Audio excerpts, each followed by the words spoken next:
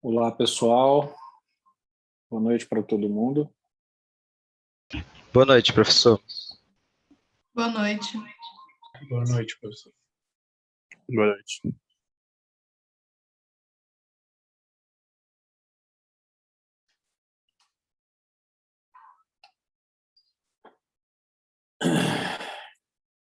Bom, vamos começar aqui então, né? Já são quase 7h10, então a gente já pode começar. Bom, pessoal, sempre relembrando, né, então, o nosso cronograma, né, e para demonstrar para vocês o avanço que a gente vai fazendo ao longo do tempo, né? Hoje, dia 15 de abril, nós vamos iniciar aqui a parte de análise organizacional relacionada à dimensão e estrutura, abordando aqui os textos, né, do Guimarães e Rosman e Catani, 2006, sobre Fordismo e Taylorismo. Tá? A gente vai dar continuidade a esse assunto na aula que vem, na terça, dia 20, complementando com Toyotismo e Volvoísmo, né? E só notem aqui que a sinopse crítica 4 é sobre esses 4 textos. Tá? Então, a sinopse crítica 4 tem que ser sobre Fordismo, Taylorismo, Toyotismo e Volvoísmo. Né? Vocês vão ver que são verbetes, né? São verbetes do Dicionário de Trabalho e Tecnologia, de 2006. Então, são textos relativamente curtos, né? Em formato de dicionário mesmo, só que é um dicionário de aspectos relacionados ao mundo do trabalho, das organizações, né?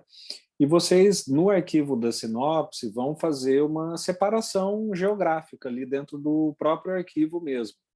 Tá? Então, as principais ideias sobre Taylorismo, as principais ideias sobre Fordismo, sobre Toyotismo, tudo dentro do mesmo arquivo, separados ali por espaços, né? Separados geograficamente dentro do próprio arquivo. Mesma coisa em relação aos dados, né? Dos textos, das referências que vêm ali no quadro acima. Né? Então, ali, autor, vocês vão colocar os autores dos 4 textos, né?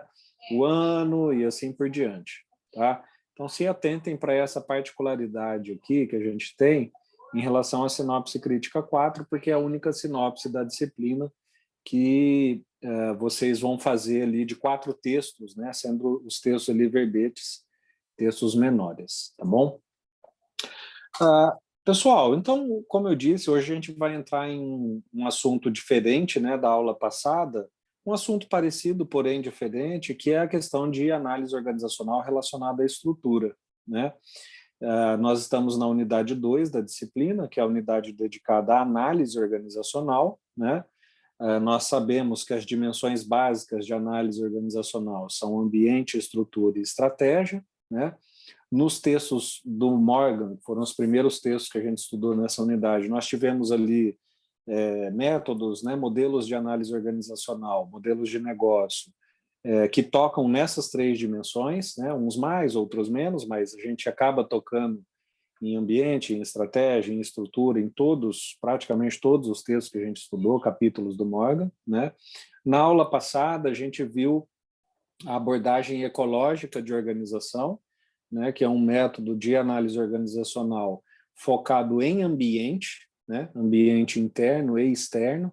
Né, então, é a abordagem que vai explicar por que as organizações nascem, crescem, se desenvolvem e morrem, né, em função de variáveis relacionadas ao ambiente da empresa, como eu disse, seja ele interno ou externo. Então, a gente tocou nessa dimensão. E hoje a gente vai para uma outra dimensão de análise organizacional, que é a dimensão relacionada à estrutura. Tá?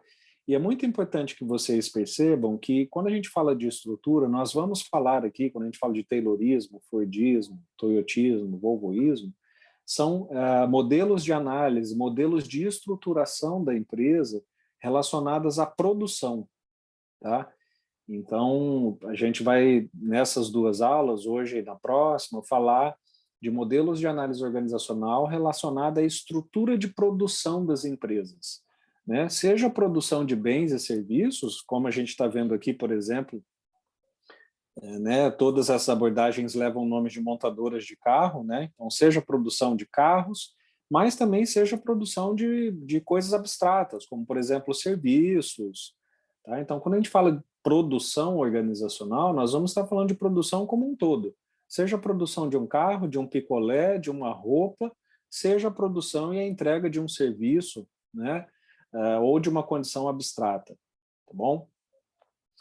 Pessoal, algumas coisas importantes que vocês precisam entender antes da gente entrar especificamente nos conteúdos, né? Taylorismo, Fordismo, Toyotismo, Volvoísmo são termos relativamente já conhecidos na linguagem popular, né? Principalmente no campo da administração. É muito comum a gente ouvir falar, você é taylorista, ou você é fordista, ou isso é taylorismo, ou isso é toyotismo, e assim por diante, né? É muito importante vocês primeiro entenderem sobre o que isso se refere, né? Quando a gente fala taylorismo, fordismo, toyotismo, volvoísmo, né? E essas coisas, nós estamos nos referindo à estrutura de produção da empresa, tá? Ou seja, a como a empresa ou a organização escolhe produzir o que ela se pretende a produzir.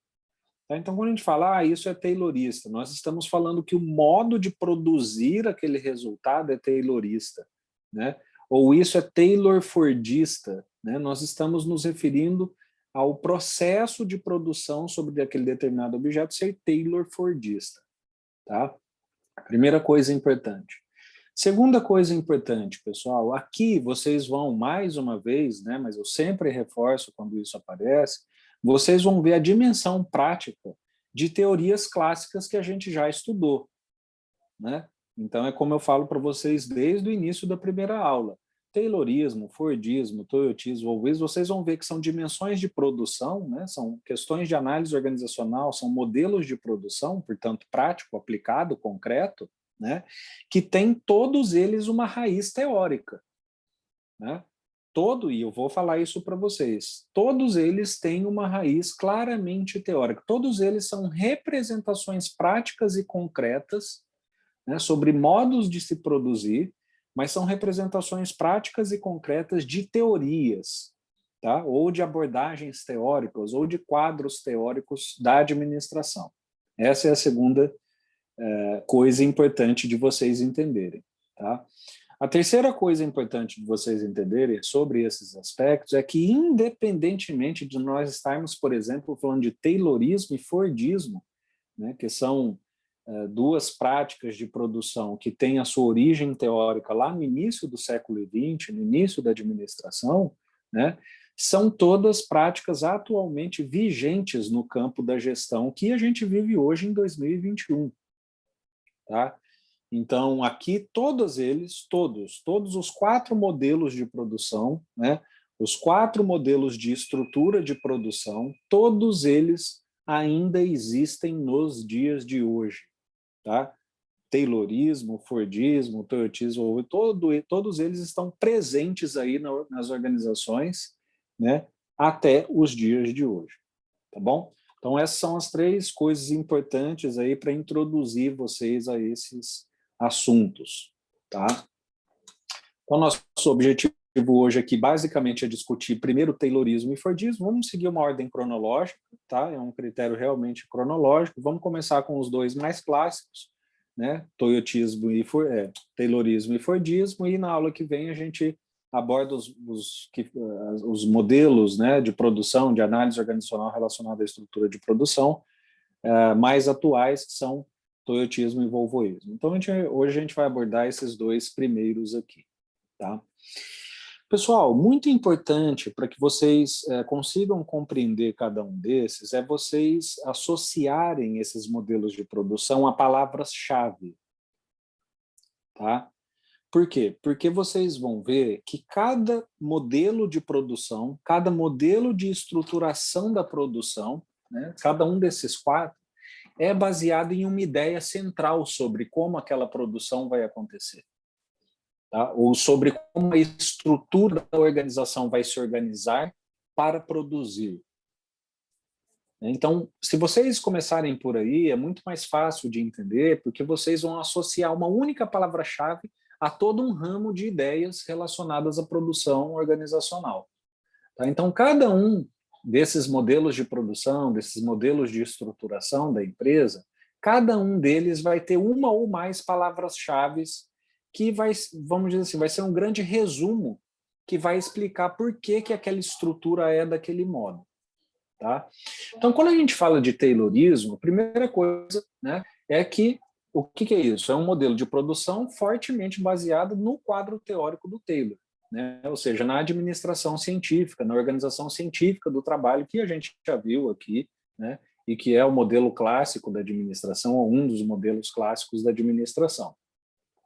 Então, o Taylorismo ele vai o quê? Operacionalizar todas aquelas premissas teóricas, né, defendidas por Taylor.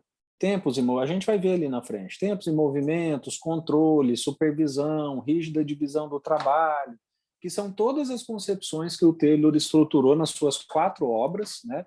Mas principalmente na obra final dele, que é na Quarta Revolução Industrial, que é Princípios da Administração Científica, né? Então, o modo de produção taylorista, ou seja, o Taylorismo, vai operacionalizar basicamente todas aquelas ideias, né?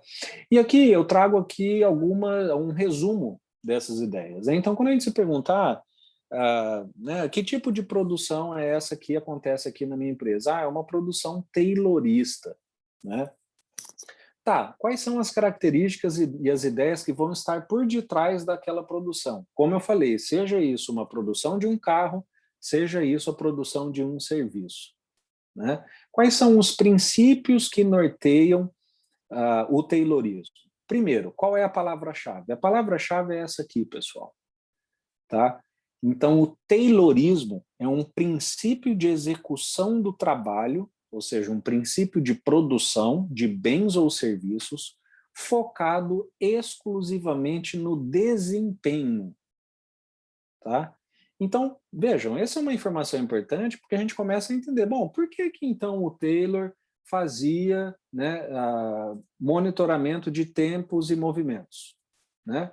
Por que o Taylor faz ou propõe, né, uma grande divisão do trabalho? Por que o Taylor, né, o que ele propõe é realmente um funcionamento racional e controlado da produção? Porque o que o Taylor propõe é algo focado no desempenho, pessoal. Tá? Então, todas as premissas tayloristas que vocês podem conhecer, estudar, aprender, todas elas vão ser voltadas ao desempenho da empresa, ao desempenho da tarefa, né? Então, por isso que a gente primeiro entende isso, os princípios, né? E depois a gente, por exemplo, compreende por que muitos processos de produção taylorista, por exemplo, não falam de bem-estar do trabalhador, saúde do trabalhador, né? Ou se preocupam com um ambiente ergonômico, ou se preocupam com um ambiente de boas relações profissionais. Para o Taylorismo, nada disso importa, pessoal, né? E isso lembrando, isso é legítimo, tá? Isso, do ponto de vista da administração, é no limite legítimo, é algo que pode ser uma opção de administração. Mas o foco central aqui é desempenho, tá? Ou seja, realizar tarefas de modo a se entregar um produto, né, do modo mais efetivo possível. Tá? Então, por isso que toda produção taylorista é focada em desempenho. Onde que isso aqui vai se aplicar muito bem? Nas organizações que a gente chama de burocráticas ou pré-burocráticas, né? Então, aquelas organizações que precisam de um controle, precisam ter rígida divisão do trabalho, precisam que o trabalho seja supervisionado e assim por diante, são empresas que vão demandar um sistema de produção taylorista, né? Vejam, por exemplo, lá a lanchonete do McDonald's, né? Por que a gente usou a lanchonete do McDonald's como exemplo de uma organização que funciona como máquina? Né? A gente viu lá o manual de como produzir um Big Mac, né? É basicamente o gestor conversando com uma máquina. O que é aquilo? Qual é a ideia? Qual é o princípio de gestão que está ali por detrás? É um princípio taylorista. Por quê? Porque é um princípio que visa exclusivamente o desempenho daquela tarefa. Então, tem que se fazer o Big Mac exatamente daquele jeito, porque o que importa para a empresa, para a gestão ali, é que em relação a essa tarefa seja entregue o desempenho, né? Quais são as premissas, os princípios que norteiam o Taylorismo. A gente vai ver depois alguns ali no próximo slide, mas a gente vai adiantar aqui alguns, né?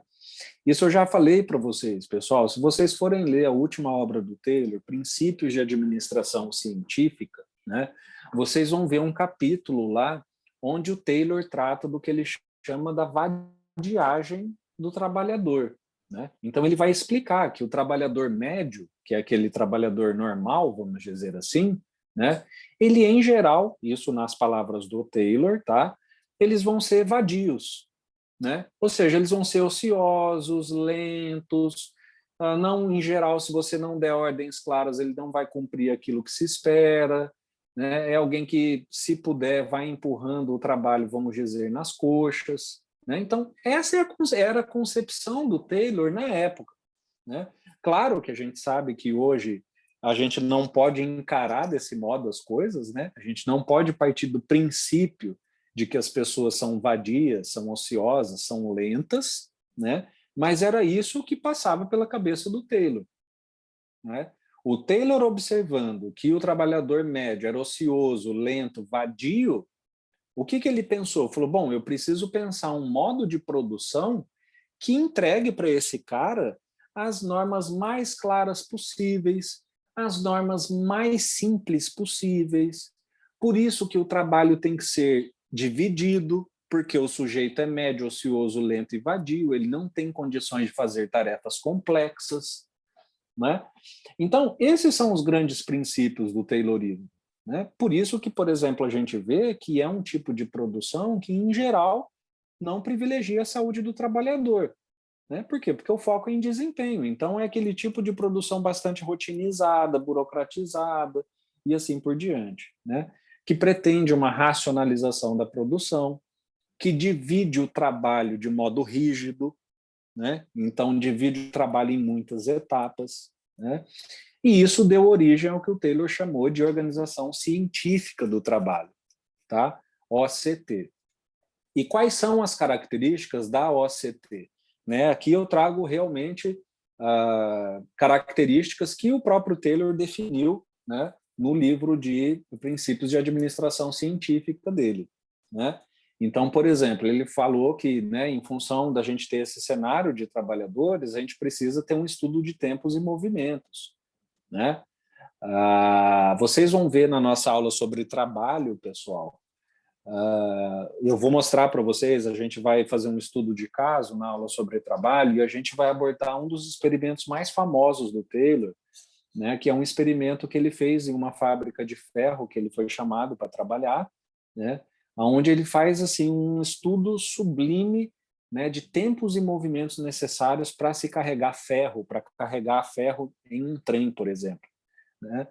Então, esse, por exemplo, é um princípio da organização científica do trabalho. O que o Taylor dizia? Gestor, se você quer executar ou quer que as pessoas executem um trabalho que tenha desempenho, você precisa estudar os movimentos necessários para que aquela pessoa execute aquela tarefa e você também precisa cronometrar o tempo que aquela pessoa vai levar para fazer aquela tarefa, né? O Taylor falava de treinamento antecipado, né? Então, esse também foi uma prescrição do Taylor. Então, ele falou, como, né, o trabalhador é médio, ocioso, vadio, ele precisa, antes de começar a trabalhar, ele precisa aprender.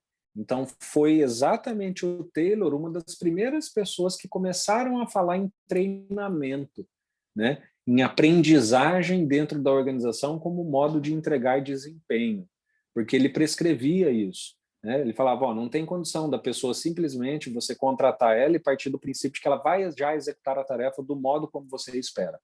Ela precisa ter um treinamento.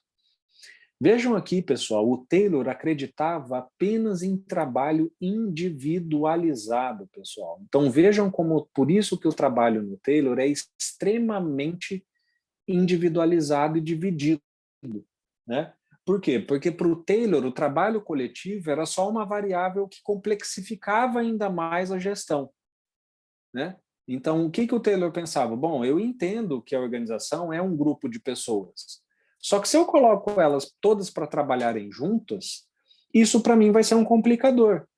Por quê? Porque fica difícil de controlar, fica difícil de prever, fica difícil de prescrever uma tarefa que é executada por várias pessoas. Ao invés disso, o que eu vou fazer? Eu vou para outro extremo. Eu vou tornar o trabalho extremamente individualizado. Porque o trabalho extremamente individualizado é mais fácil de supervisionar, de controlar, de prescrever, de treinar. Então, essa foi uma das noções que o Taylor trouxe que levaram a uma rígida divisão do trabalho. Na concepção do Taylor, o melhor trabalho que podia ser desempenhado era um trabalho individual, né? Padronização de tarefas e instrumentos, né? Seleção científica de trabalhadores, formação profissional de caráter operacional. Então, aquele treinamento que o Taylor dava ou prescrevia para as pessoas era sempre um treinamento de caráter operacional, pessoal, né? Tudo bem que Taylor falou de treinamento, mas a concepção de treinamento do Taylor não era assim como existe hoje, né? Ah, vamos treinar essa pessoa para preparar ela para ser um gestor daqui 2 anos. Não. Na ideia do Taylor, né, treinamento e aprendizado era só aquele necessário a desempenho da tarefa. E como a tarefa era extremamente dividida, não tinha como se pensar em um treinamento para outras tarefas futuras, né? Então, a ideia do Taylor sempre foi uma formação, um treinamento de caráter exclusivamente operacional, tá? O Taylor foi a primeira pessoa que pensou em pagamentos individualizados, né? E essa era uma outra questão relacionada ao trabalho individual, porque o que acontecia? O Taylor pensava do seguinte modo, né? Olha, se você fixa metas iguais para um grupo de trabalhadores, e você paga a mesma coisa para as pessoas que atingirem aquela meta, o que vai acontecer naturalmente com o tempo? Você tem trabalhadores diversos, né? Ali dentro da sua equipe de trabalho, você vai ter gente com mais motivação, gente com menos motivação, com mais iniciativa, bem iniciativa. Então, as pessoas vão produzir de modo diferente, mesmo que eu queira que elas produzam igual. E se eu fixo uma mesma meta para um coletivo e pago a mesma coisa para as pessoas, o que vai acontecer? O sujeito que atingir primeiro aquelas metas, ele vai simplesmente abandonar o trabalho esperando o pagamento, né? Enquanto os outros trabalham, o sujeito que atingiu primeiro a meta, ele não precisa fazer mais nada. Então, o que o Taylor falou? Os pagamentos, então, têm que ser, e as metas têm que ser também individualizados. Então, quando eu tenho uma equipe de trabalho, primeiro, eu fixo metas altas, né? E segundo, eu falo o seguinte, ó, quem produzir mais além da meta vai ganhar mais também, né? Então, é como se aí o trabalho passasse a não ter mais limite. A pessoa ia produzir o quanto ela conseguisse, porque ela sempre ia querer ganhar mais, né? O Taylor disse também, né, e esse aqui é o principal objeto que a gente vai ver na aula sobre trabalho, porque a gente vai estudar o que se chamou de estudo sobre a fadiga, né, que é um estudo do Taylor, que é esse experimento que eu falei na Midvale Steel, né, que ele procedeu, que é onde ele estudou como que a fadiga impacta o trabalhador, né? Então, ele sabia que quando você individualiza muito o trabalho, rotiniza muito, burocratiza demais, isso pode levar à fadiga, né? E aí, portanto, ele também estudou, né, quais eram os tempos ótimos de descanso das pessoas no trabalho, justamente para evitar essa disfunção dos princípios que ele próprio estava prescrevendo, né? Então, ele percebia que o modo de gestão taylorista levava à fadiga, e uma das coisas que ele fez foi, por exemplo, começar a estudar tempos de repouso que a pessoa precisaria ter para justamente evitar essa fadiga que o próprio sistema taylorista levava, tá?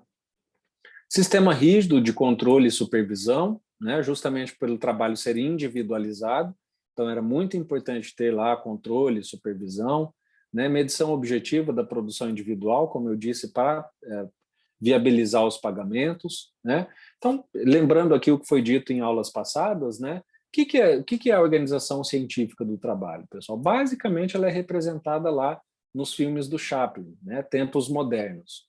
É aquela produção racionalizada, burocratizada, individualizada, né? Rotinizada. É a organização vista como máquina, né? Então, essa aqui é a representação estrutural do que o Morgan chama de organizações vistas como máquina, né? Então, isso é basicamente o Taylorismo, pessoal. Tá? Então, é um modo de produção focado no desempenho, né? Então, sempre que você tem uma empresa, tem uma organização onde o desempenho seja importante, né, apliquem o Taylorismo ali que vocês vão atingir o desempenho desejado. Claro que com isso, vocês vão ter coisas negativas que vão acompanhar também, né? Mas do ponto de vista de objetivo, esse é o modo de produção que a administração formulou, né, estudou, aceitou como sendo o modo de produção focado em desempenho. Tá? Bom, nós temos... aqui é como se fosse uma moeda com dois lados. Tá? De um lado a gente tem o Taylorismo e aí na mesma moeda a gente tem o Fordismo, pessoal. Tá? Por quê? Pessoal, o Ford, diferentemente do Taylor, né, o Ford não foi, vamos dizer, um cientista, né, diferentemente do Taylor. Né? O Taylor foi alguém que estudou, construiu conhecimento, né, propôs coisas, tem livros e assim por diante. O Ford era basicamente um empresário. Tá? Ele também tem livros, tá? Mas são livros de um empresário, não são livros de um estudioso, né? Não são livros que relatam experimentos e assim por diante. Então, muita gente às vezes não compreende qual que é a relação entre Taylor e Ford, que é basicamente a seguinte, pessoal. O Ford colocou o Taylor na esteira. Foi isso que ele fez. O que eu estou querendo dizer com isso? O Ford tinha uma empresa que precisava de um método de produção. Então, o Ford tinha, vamos dizer, a estrutura empresarial, né? Só que ele não tinha uma proposta de organização estrutural da produção, o Ford. Né? O que o Ford fez, então? Adotou o modo de produção taylorista e colocou ali uma grande inovação, que foi exatamente essa aqui, pessoal. Então, o Ford, ele era o quê? Ele tinha um modo de produção taylorista, ou seja, um modo de produção focado em desempenho, mas que tinha um aditivo. E essa é a palavra-chave do Fordismo. Então, o Ford foi quem pegou as propostas do Taylor e aplicou em uma produção em massa. Essa foi a grande inovação do Ford. O Ford não foi um pesquisador, um cientista que fez experiência, ele era um homem de negócios. Né? Ele era um empresário de grande sucesso, que tinha ali uma indústria que precisava ter uma estrutura de produção organizada. E o que ele fez? Pegou as propostas do Taylor e adicionou a esteira, tá? Ou seja, a produção em massa. Essa é a grande palavra-chave do Fordismo. É, então, um modo de produção focado em desempenho, só que aplicado sempre para a produção em massa. Tá? Então, por isso que a gente vai ver aqui, pessoal, praticamente uma similaridade total com o Taylorismo. Total. Então, o que era o Fordismo? Era a organização científica do trabalho, né? Então, divisão rígida, burocracia, supervisão, rotina. A organização científica do trabalho em uma fábrica que era capaz de produzir em massa. Só isso. Essa foi a grande concepção do Ford de empresa, de gestão. Né? Usar as propostas do Taylor para que eu consiga produzir em massa. Essa é a grande concepção de produção do Ford. Tá? Diferentemente também do Taylorismo, né, que o termo Taylorismo foi cunhado em função do conhecimento que o Taylor produziu, então ele foi um cânone na área da administração, né, então as coisas que ele produziu foram adotadas por muita gente, ele tinha uma autoridade intelectual, então, portanto, tudo aquilo que ele fez ganhou o nome de Taylorismo. O Fordismo não seguiu esse caminho. Tá? Quem cunhou o termo Fordismo foi Antônio Gramsci, né, que foi um filósofo italiano que viveu aí no século XX. Né? E ele cunhou o termo Fordismo para caracterizar todo o sistema produtivo que é baseado na produção em massa. Tá? Então, o Fordismo, ele não foi reconhecido pelo seu alcance, né? Não foi reconhecido como nome, né? O termo Fordismo não foi cunhado porque assim, olha lá, é uma coisa que só o Ford fez, né? Porque produção em massa, pessoal, não era só o Ford que fazia na época. né? Você tinha produção de ferro em massa, você tinha produção de carro, que era o Ford, você tinha produção de bens né, manufaturados, TV, geladeira, qualquer coisa. A produção em massa já existia. O Ford não foi o único que fez isso, né? Ele talvez foi o que ficou mais famoso, né, por tudo que ele, além de produção de carro, fez. Tá? Então, esse foi um termo cunhado pelo Gramsci para distinguir, né, o tipo de produção um tipo de produção menor, mais focado, o tipo de produção em massa, que era o Fordismo. Então, como eu falei, pessoal, é basicamente a organização científica do trabalho em massa, né? Então, era produção em massa, forte separação entre concepção e execução, né? A linha de montagem foi a grande inovação que o Ford trouxe, né? Então, colocar ali um produto para ser produzido numa linha, onde cada pessoa monta uma parte daquele produto, né? E lá no final da linha sai o produto montado. Então, essa foi a grande inovação. Trabalho repetitivo e monótono. E eu trago aqui como exemplo, desculpa, eu bati aqui no meu fone e caiu o meu tablet. E eu trago aqui como exemplo, vejam, o concurso do Sebrae, né? Eu trago como exemplo de Fordismo justamente algo bem abstrato, né? Eu não quero focar aqui na questão concreta em massa. E por que o concurso do Sebrae é um exemplo de Fordismo? Esse é um caso real que eu passei, que aconteceu comigo aí em Brasília, inclusive, né? Brasília, e que foi o seguinte, né? Eu fui convidado pelo Sebrae para fazer parte de uma banca de avaliação de um concurso para o Sebrae, se não me falha a memória, era para analista, né? Do Sebrae, né? E tá bom, fui convidado, aceitei, né? E imaginei que fosse, e aí era aquela fase de, vamos dizer, entrevista do candidato, né? Então todo mundo já tinha feito uma prova ali, já estava tipo indo para a fase final do processo seletivo, né? Então era tipo a fase de entrevista, que a gente em geral interage com as pessoas, né? E tudo bem, aceitei, falei, bom, vai ser como qualquer outro concurso que eu já participei, né? A gente, em geral, vai ler ali o regulamento, vai saber os tópicos a serem abordados, só que a gente vai ter liberdade para abordar os tópicos com as pessoas, né? A gente vai poder fazer uma entrevista, então, sei lá, cai ali, por exemplo, né, Balanced Scorecard, aí é só o tópico, e aí o modo de explorar o Balanced Scorecard eu queria definir como entrevistador, né? Eu pensando desse modo. Pois bem, chegou lá no dia do concurso, né? Cheguei lá no local, tal. Primeira coisa que já me chamou a atenção foi uma fila enorme ali de candidatos, mas assim, com certeza tinha entre 30 e 50 pessoas, sabe? Uma fila enorme de gente. Eu falei, meu Deus, eles falaram que a seleção é só hoje, a gente vai conseguir entrevistar essa quantidade de gente só num dia, né? E entrei. E aí a pessoa lá do Sebrae me recebeu, né? E tinham outros professores também, para explicar o método de seleção. E aí, para minha grande surpresa, o método de seleção era o seguinte: o cara lá falando, né? Professores, tal, hoje vocês estão aqui para fazer a etapa de entrevista do concurso tal, dedicado a tal, tal, tal, papapá, né? E o procedimento aqui de seleção hoje vai ser o seguinte, né? Todas as entrevistas vão ser filmadas, né? Vocês vão receber aqui um roteiro com todos os assuntos que vão ser tratados na entrevista. Todos os candidatos já receberam o mesmo roteiro, então eles já têm lá todos os assuntos que eles precisam tratar na entrevista, só que vocês não vão fazer nenhuma pergunta para eles, tá? Vocês com o roteiro em mãos, os candidatos também com o roteiro em mãos, o candidato vai sentar ali na sua frente, vai abordar cada um dos tópicos de modo livre, na ordem que ele quiser. Então, tinha lá, eu lembro, tinha Balanced Scorecard, tinha estrutura organizacional, tinha vários tópicos, ele vai falar sobre cada um desses. Cada participante vai ter até 7 minutos para poder abordar esses tópicos aqui na entrevista, né, que de entrevista não tinha nada, né?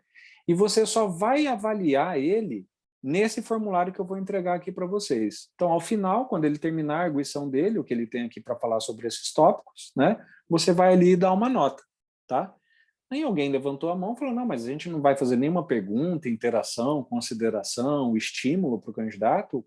O cara do Sebrae falou, não, vocês têm esse roteiro, os candidatos têm o mesmo roteiro, vocês vão sentar ali, eles vão dissertar sobre cada um desses tópicos, ao final você vai dar uma nota nessa ficha, vai assinar essa ficha e vai entrar o próximo candidato. Cada um tem 7 minutos. Então, onde que a gente vê, pessoal, o fordismo nesse processo? Né? Primeiro, trabalho extremamente padronizado. Né? Vejam, como que a gente consegue padronizar uma entrevista, pessoal? Só se for desse jeito. Por quê? Porque entrevista é um dos modos mais livres que a gente tem de interação com alguém. Na entrevista, você pode fazer a pergunta que está ali escrita, se você não ficar satisfeito, você pode estimular a pessoa para responder mais, né? Você pode, eventualmente, abordar assuntos que estão fora dali, né? Em entrevista, você pode observar a reação do candidato a um determinado assunto que você queira abordar. Então, a entrevista é algo extremamente livre. E o que eles fizeram ali? Padronizaram toda a entrevista. Então, o que eles queriam garantir? Todos os candidatos iam passar pela exatamente a mesma entrevista. Por quê? Porque não ia ter uma interação das pessoas com os entrevistadores. Como não ia ter uma interação das pessoas com os entrevistadores, em princípio, todas as entrevistas eram idênticas. Né? Segundo, era uma produção em massa. Por quê? Porque com 7 minutos para cada pessoa e um roteiro extremamente rotinizado, né, a gente tinha uma estimativa ali que ao final, né, de 8, 10 horas de trabalho, que era um dia inteiro, a gente iria com certeza conseguir ter entrevistado aquelas 30, 40, 50 pessoas. Né? Um trabalho repetitivo e monótono, para nós principalmente. Né? Então, basicamente ali a gente não tinha nenhuma outra função a não ser pensar e avaliar mentalmente o que as pessoas falavam e dar uma nota. Né? Então vejam como é um processo, apesar de abstrato, extremamente, né, vamos dizer, fordilizado, né? Ou seja, baseada na concepção fordista de produção. Produção em massa, rotineira, né? Era praticamente uma linha de montagem, porque as pessoas iam entrando em linha ali e saindo. Né? Separação entre concepção e execução, por quê? Porque quem concebeu o roteiro de entrevista não fomos nós. Né? Então, conceberam, deram para nós o roteiro de entrevista, a gente ia lá e executa. Né? Extremamente dividido, padronizado, ou seja, um concurso que funcionou com um modo de produção fordista, né? Baseado na imagem de máquina. Tá? Por quê? Porque ele reproduzia todas essas características fordistas. Né? É bom ou ruim? Pessoal, não sei. Não estou fazendo uma avaliação de que foi bom ou ruim, percebem? Por quê? Porque é exatamente esse método que permitiu o Sebrae produzir o que ele precisava produzir. Então, ele tinha vários candidatos, era um processo muito subjetivo, que é o processo de entrevista, né? Então, isso gera um problema, porque pode gerar diferenças de avaliação. Né? Você imagina entrevistar 50 pessoas, como garantir que as 50 entrevistas seriam idênticas, né, a ponto da pessoa ali não entrar com mandato de segurança, não entrar com algum processo, querendo anular a prova. Né? Então, tendo esses problemas, o que eles pensaram? Não, vamos padronizar. Então, vai ser tudo bem padronizado, bem dividido, bem rotinizado, para permitir que a gente consiga produzir em massa e que a gente consiga ter um processo avaliativo minimamente justo, ou pelo menos igual para todo mundo, vamos dizer. Né? Então, só um exemplo para vocês de como o fordismo não só vive, como passa muito bem de saúde. Né? Fordismo e, como eu disse, o taylorismo, porque o fordismo nada mais é do que colocar o taylorismo em uma produção em massa. Então, só para isso, esse concurso Sebrae, acho que foi 2012, se não me falha a memória, né? Já tem aí quase 10 anos, mas é recente. Né? Então, um concurso totalmente focado na concepção do Ford de trabalho. Tá? O Fordismo, pessoal, a gente tem dentro da administração esses dois termos. Tá? E aqui é muito importante só para que vocês se atentem. A gente ouve muito falar, né, em pós-Fordismo ou neo-Fordismo. Né? Eu já vi em alguns textos falar, essa aqui é uma empresa pós-fordista, né? Ou o nosso modo de produção é um modo de produção neo-fordista. Né? Vocês, vira e mexe, vão encontrar isso no campo da administração. E aí a pergunta é, o que quer dizer? Né?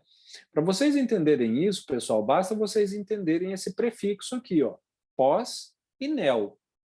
Tá? O que significa? Porque Fordismo é igual para os dois, né? O que é pós, pessoal? Isso vale não só para o pós-Fordismo, tá? Pós-guerra, tudo que vocês verem pós, o prefixo pós, tá? Significa a mesma coisa. Qual que é a ideia do prefixo pós? O pós é aquilo que foi superado, tá? Então, quando eu falo, o nosso modo de produção é pós-fordista, significa que ele não é fordista. Significa que é um modo de produção que supera o fordismo, que vence o fordismo, no sentido de abandoná-lo. Tá? Pós-guerra, mesma coisa, quando a guerra já acabou. Então, quando a gente vê lá um modo de produção, uma organização pós-fordista, significa que não é uma organização fordista, é o contrário. Então, significa que é uma empresa que superou o fordismo, ou seja, atua em um mercado flexível, uma empresa que precisa ter um modo de produção diferente do fordismo. Tá? E o neofordismo, e aqui é a mesma coisa, isso vale para qualquer coisa, né? Neo-institucionalismo, neocapitalista e assim por diante. O que é o neo? O neo, diferente do pós, o pós é um abandono. O neo é uma melhoria. Né? Então, quando a gente fala neofordista, significa um modo de produção que é fordista, só que melhorado. Né? Fordista, só que evoluído nas ideias do fordismo. Né? Por exemplo, mesma coisa, neocapitalista. O que é um neocapitalista? É alguém ou uma empresa que é, além de ser capitalista, é um capitalista melhorado, turbinado. Né? Então, basicamente, o modo de produção se mantém o mesmo, só que de modo mais rígido. Né? Então, vejam vocês, né? Se vocês forem, pessoal, por exemplo, numa Leroy Merlin da vida, né? Leroy Merlin em francês, né? O rei Merlin, né? Que vocês vão encontrar lá? Se vocês fizerem uma compra na Leroy Merlin, pessoal, um dia eu já fiz e tive essa curiosidade, vocês vão ver que na nota que você recebe, você vai lá, tal, paga aquele produto. Na nota que você recebe, portanto, no computador, já de dentro da empresa, já sai a contabilidade daquele produto a ponto da empresa fazer o controle de estoque a partir da venda no caixa. Então, empresas como, por exemplo, Leroy Merlin, elas fazem controle de estoque a partir do controle das vendas feitas ali no checkout, no caixa, né? A partir da venda feita um a um. Então, ali tem uma informação, depois eu fui perguntar para um gerente, ele falou, não, esse aqui é o nosso controle de estoque. Quando bate um determinado número de produtos vendidos desse, o computador da nossa empresa já gera um pedido com uma estimativa de quantidade para o nosso fornecedor. Então, o que é isso? É neofordista. Né? É um procedimento fordista muito melhorado. Né? Porque o controle hoje em dia, além de ser fordista, ou seja, rotinizado, padronizado, dividido, é um controle muito mais efetivo. Por exemplo, aqui a gente está falando de estoque. Né? Então, isso é neofordismo. Tá? É uma melhoria, é uma manutenção do fordismo melhorado. Tá? E pós-fordismo é o contrário, é um abandono. O fordismo para nós aqui não serve. Tá? Bom, só fazendo uma rápida diferenciação entre essas duas coisas, antes da gente terminar, né, e encerrar. Então, como eu falei, são modos de gestão do trabalho diferentes, mas complementares. Né? Então, Taylorismo é uma coisa, Fordismo é outra, mas eles se complementam. Né? É como eu sempre uso esse exemplo, né? É como se a gente estivesse falando de frutas. Frutas são frutas, tudo é fruta. Só que um é banana, outro é maçã. Né? Então, banana e maçã são iguais porque são frutas, mas são diferentes porque são frutas diferentes entre si. Mesma coisa o Fordismo e o Taylorismo. São frutas, só que um é uma banana e o outro é uma maçã. Então, por isso são diferentes, mas complementares. Né? Então, a gente vai ver lá que o Taylorismo, isso eu já havia falado para vocês, né, é uma visão extremamente individual e focada na execução do trabalho da empresa. Né? Então, o Taylorismo, pessoal, nunca se preocupou, por exemplo, em estoque, nunca se preocupou com estratégia, nunca se preocupou com ambiente, nunca se preocupou com grupos de trabalho, Por quê? Porque o foco do Taylorismo é na atividade em si, né? É um foco na atividade individual de cada pessoa. O que é o Fordismo? O Fordismo também tem o foco na execução individual do trabalho, porque, afinal de contas, é como eu falei, o Fordismo importou as técnicas tayloristas, só que ele amplia o foco. Por quê? Porque é no Fordismo que a gente vai ver, por exemplo, questões relacionadas à gestão da empresa, como, por exemplo, estoque, né? Então, as concepções de produção do Ford não estavam só preocupadas com a execução do trabalho, também estava preocupado com o funcionamento da empresa como um todo, funcionamento da esteira de produção, níveis de estoque, concepção e execução e assim por diante, tá? Por isso que, em geral, isso aqui não é regra, tá, pessoal? Não é regra, mas é uma noção que está embutida nos trabalhos, né? Por quê? Porque por isso que a gente vê que Taylorismo, em geral, ele vai se aplicar a qualquer tamanho de empresa, tá? Os modos de produção taylorista, eles se aplicam a empresas de uma única pessoa, uma empresa de 10 pessoas, de 20 pessoas, de 50 pessoas, de 100 pessoas, de 1000 pessoas, né? Então, o Taylorismo, por isso que eu digo, o foco dele é individual e se aplica em qualquer lugar. E o Fordismo não. Em geral, as perspectivas fordistas, elas são aplicáveis só em grandes empresas, ou seja, empresas que têm uma produção em massa, tá? Então, empresas que precisam se preocupar em produzir grandes quantidades. Então, você pode, por exemplo, ter uma empresa que é só taylorista, mas não é fordista, né? Então, eu tenho uma empresa aqui que sou só eu, né? Uma empresa de artesanato, né? Só que eu faço um artesanato de modo extremamente taylorista, né? Controlado, rotinizado e assim por diante. E eu não produzo em massa, né? Eu produzo para poucas pessoas, né? Então eu posso ter uma empresa que é taylorista, mas não é fordista. Só que o contrário não é verdadeiro, né? Toda empresa que é fordista, necessariamente ela também vai ser taylorista, né? Ou toyotista, porque depois a gente vai ver que os modos de produção interagem entre si, né? Por quê? Porque o Fordismo é a produção em massa baseada nas ideias tayloristas, tá? Então, só para mostrar para vocês um pouco como essas duas perspectivas de produção, né, de estrutura, de análise estrutural, de análise de estrutura de produção interagem, né? Taylor, um foco muito mais individualizado na tarefa, na rotina, na pessoa, né?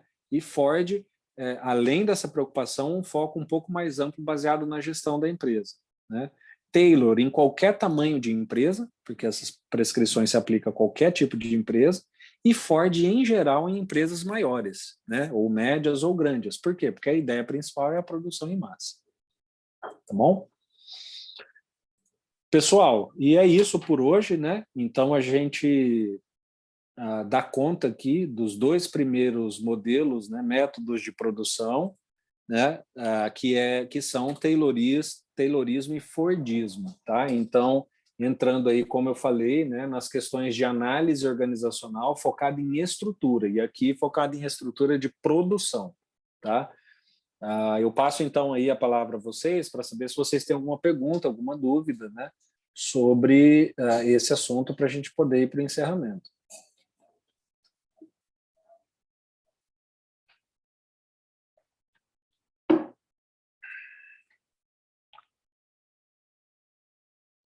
Tudo claro aqui para mim, professor. Professor, Ok?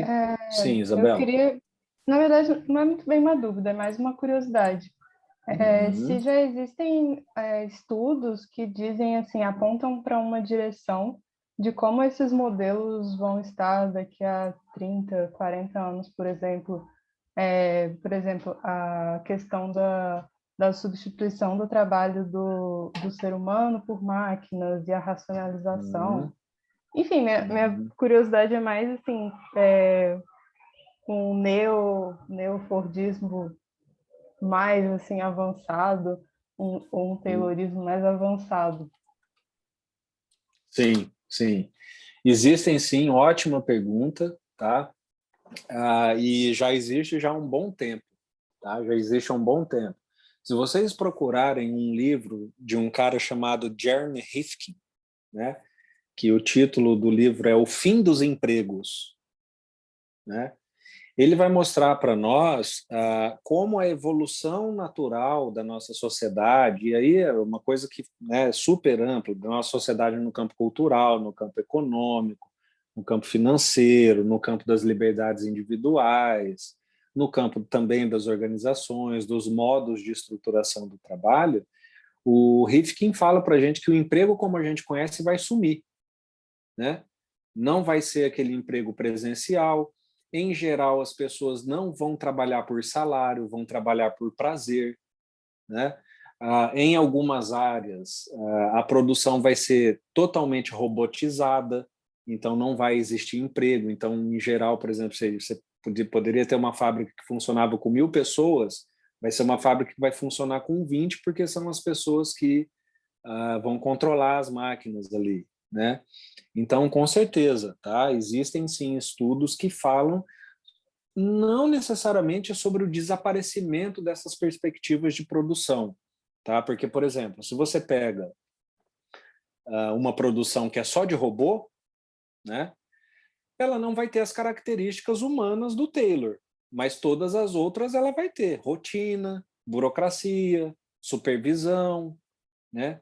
Tempos e movimentos, não vai ser tempo e movimento de gente, mas é tempo e movimento de robô, né? Então, assim, na verdade, o que o Rifkin, né, entre outros autores, mostram para a gente é que a gente não pode esperar que esses modelos de produção sumam. Ele diz que é pouquíssimo provável que as ideias, né, sumam completamente, a ponto da gente falar assim, o Taylorismo foi algo que a gente adotou lá no início do século XX e hoje nem se fala mais nisso de nenhum ponto de vista. Ele não acredita nisso. Ele fala que as coisas vão ser adaptadas. Tá? Então, por exemplo, a gente pode ter empresas, né, que são, ou linhas de produção que são totalmente robotizadas, e isso tem ali uma parte na administração científica do trabalho, né, que fala de rotina e assim por diante. Então tem sim, tá? E assim, se eu pudesse resumir, a ideia é que não sumam, tá? Não desapareçam, é que na verdade elas se transformem, tá? Né, como você falou, por exemplo, a ideia do neofordista, a ideia é essa, tá? A ideia é que se mantém algumas prescrições tayloristas, fordistas, toyotistas ou volvoístas, né, mais adaptadas. Tá? É muito pouco provável que a gente tenha assim, um pós-fordismo total, porque quando a gente fala, por exemplo, de pós-fordista, isso só vai se aplicar para empresas que são pós-fordistas, entende? A gente não está falando do contexto mundial do trabalho, né? O pós-fordismo ele é uma realidade só para aquelas empresas onde o fordismo simplesmente não se adequa, né? São empresas que não têm produção em massa, não precisam ter uma produção rotinizada, então é uma realidade estrita, entende? A gente nunca vai chegar, nunca entre aspas, né? Mas assim, a previsão é que a gente nunca chegue a um pós-fordismo total, né? Então, hoje o mundo inteiro é pós-fordista, ou seja, esqueçam, né, o que o Ford falou. Tá? Então, o que se tem, né, de previsões, por exemplo, se vocês lerem, eu li esse livro na época, eu era estudante de administração como vocês, né? Se vocês lerem O Fim dos Empregos, do Rifkin, ele vai dar ali várias pistas que vão mostrar para nós assim, nós vamos, na verdade, adaptar Taylorismo, Fordismo, Toyotismo, Volvoísmo, ou pode surgir até um novo, né? Mas esquecer jamais, tá? E jamais com aspas, tá? Por tudo pode acontecer. Mas apagar, deletar, não vamos mais usar isso, pouquíssimo provável, tá? Entendi, professor. Faz sentido mesmo essa questão de não ser superado, né? Só adaptado mesmo. Ele, como eu falei, ele vai ser no máximo superado em empresas específicas onde aquela ideia de produção simplesmente não se aplique, né? Aí sim, aí a gente pode ter empresas pós-fordistas, né? Mas pouquíssimo provável que a gente tenha um contexto global assumido, né? E que, por exemplo, seja inclusive ensinado nas escolas de gestão que o fordismo tem que ser esquecido, tá? E, pelo menos pelos próximos 100 anos aí, te garanto que a chance disso acontecer é muito baixa ou zero, tá? O que vai existir são realidades específicas e é por isso que eu sempre bato nessa tecla para vocês, né? ser gestor não se trata de viver de verdades absolutas. O Fordismo é sempre o melhor, o Taylorismo é o melhor. Não. Então, dependendo da realidade específica que você, como gestor, encara, pode ser que o Fordismo seja o melhor método de produção, né? Dependendo da realidade específica, pode ser que o volvoísmo seja. Então, o que a gente vai ter são essas realidades isoladas de superação desses métodos, tá? Mas não em escala global, em escala de conhecimento, vamos dizer, é muito pouco provável. Mais alguma consideração, pessoal?